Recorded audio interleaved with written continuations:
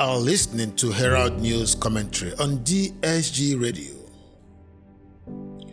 When a man chosen to lead Nigeria's science and innovation turns out to have forged the very certificate that qualified him, you realize this isn't just irony, it is a national confession. A Nigerian minister, a forged certificate, a resignation that barely made the headlines. But beneath the noise lies something far more dangerous. A system where deceit is not the exception but the rule. Uche Nnaji may be the latest headline, but his story is the oldest script in Nigeria's political theater. A play where lies graduates and integrity fails the exam. Uche Nnaji, Minister of Innovation, Science and Technology, a man once presented as champion of Nigeria's digital future. But in a stunning twist, reports surfaced alleging that his academic certificate, the very document that helped him rise to public office, was forged. According to multiple media sources, Nnaji's credentials from the University of Nigeria, Nsukka, did not match official records.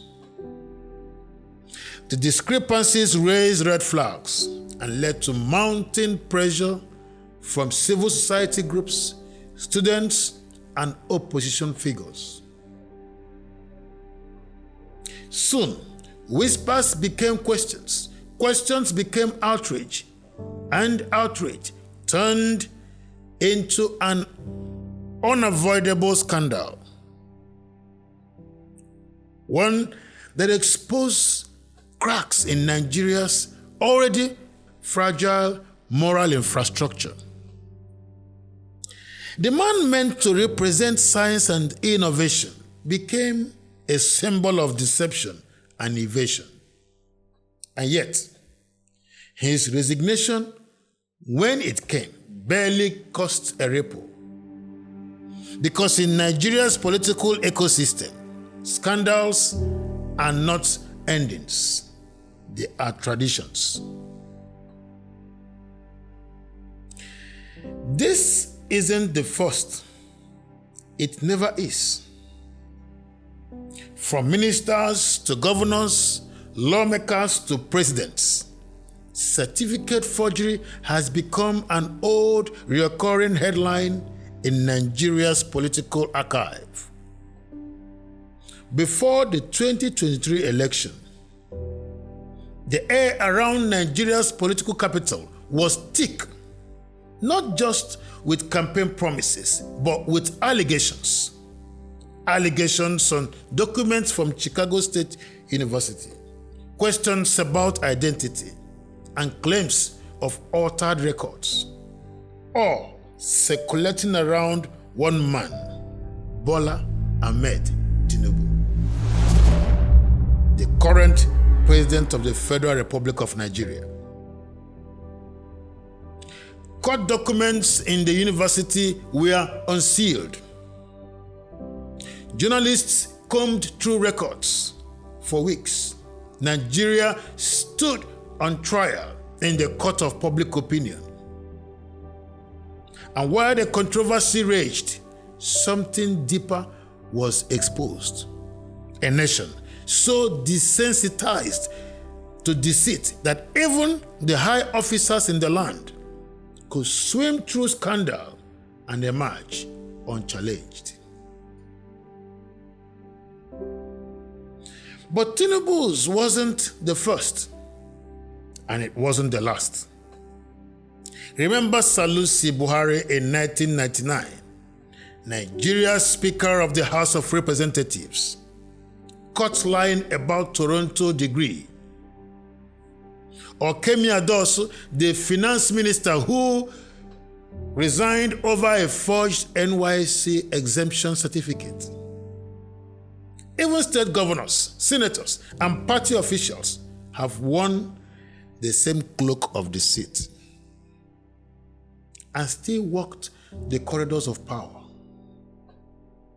And yet, they return, recycled, redeployed, and rewarded. Because in Nigeria, shame does not end a career. It sometimes begins it. Each scandal exposes the same truth. Our political system is not broken. It was built this way. Let's talk about the disease and leave the symptoms aside for now. Forgery thrives because institutions enable it. Universities that sell degrees, commissions that fail to verify, and political parties that prioritize loyalty over legitimacy. When power demands no proof, truth becomes optional. When institutions surrender to corruption, credibility dies quietly, buried under stamped papers and official signatures. And then we wonder why Nigeria's research output struggles, while innovation ministries underperform, why science funding vanishes into bureaucratic fog. Because the people in charge of progress are products of deception. Forgery in Nigerian politics is not a mistake. It is a mechanism. A system of recycling elites who cheat their way into power, then legitimize the deceit through machinery of government. The vetting process, weak. The oversight agencies, compromised. The political godfathers, untouchable. So, when a minister presents a forged degree, it isn't shocking, it is predictable. Because the same system that hires him is the one that trained him to lie. In Nigeria, truth is a liability. Forgery is a skill set. But let's not lie to ourselves. The sickness did not start in politics. It started in our culture. Our obsession with certificates has created a generation that values paper more than purpose. We measure intelligence by ink, not integrity. We hire based on degree, not discipline. Parents buy results, students bribe invigilators. And somewhere along the line, a boy learns that cheating gets rewarded faster than honesty. That's how forgery becomes a national language, fluent from classrooms to boardrooms to ministries. So, maybe Uche Nnaji isn't an outlier. Maybe he is the mirror, showing us what we've all become. There is another layer to this: the politics of forgery. For the powerful, fake credentials are not just deception, they are leverage. If a politician's past is stained, he becomes easier to control, a puppet tied to his guilt. Blackmail becomes governance. Compromise becomes policy. So, the system doesn't just tolerate forgery, it cultivates it. Because a clean man is dangerous, A tainted man is loyal. And that's how a government loses its conscience. One forged certificate at a time. But who are the real victims here? Not the politicians, not the parties. It is the young Nigerian, the graduate who studied day and night, paid tuition, earned degree, yet can't get a job because the system rewards fraud over effort. It is the teacher whose salary can't buy dignity. The scientist who lives for Canada because his honest credentials means nothing here. The youth who watches corrupt men rise and wonder why he should even try. That is the deeper tragedy. Not that one man forged a certificate, but that millions now see dishonesty as survival. Let's go deeper again. What if the real forgery isn't the paper, but the country itself? A nation that claims to value education, yet underfunds schools. A country that celebrates merit, but rewards mediocrity. A democracy that demands accountability, but elects impunity. We have forged documents, we have forged budgets, we have forged election results, we have forged promises, we have forged hope. And now, a forged certificate is just another headline in a nation-long counterfeit.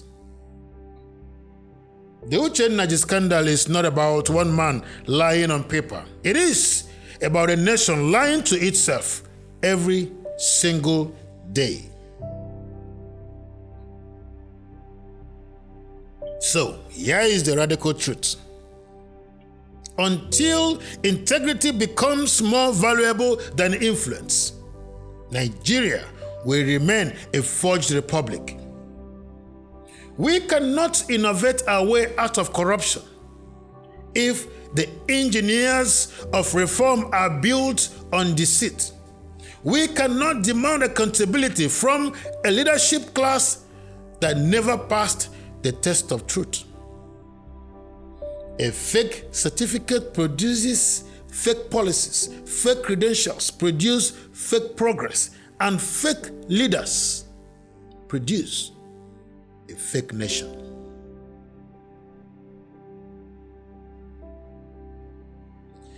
Maybe it's time to stop chasing degrees and start demanding decency.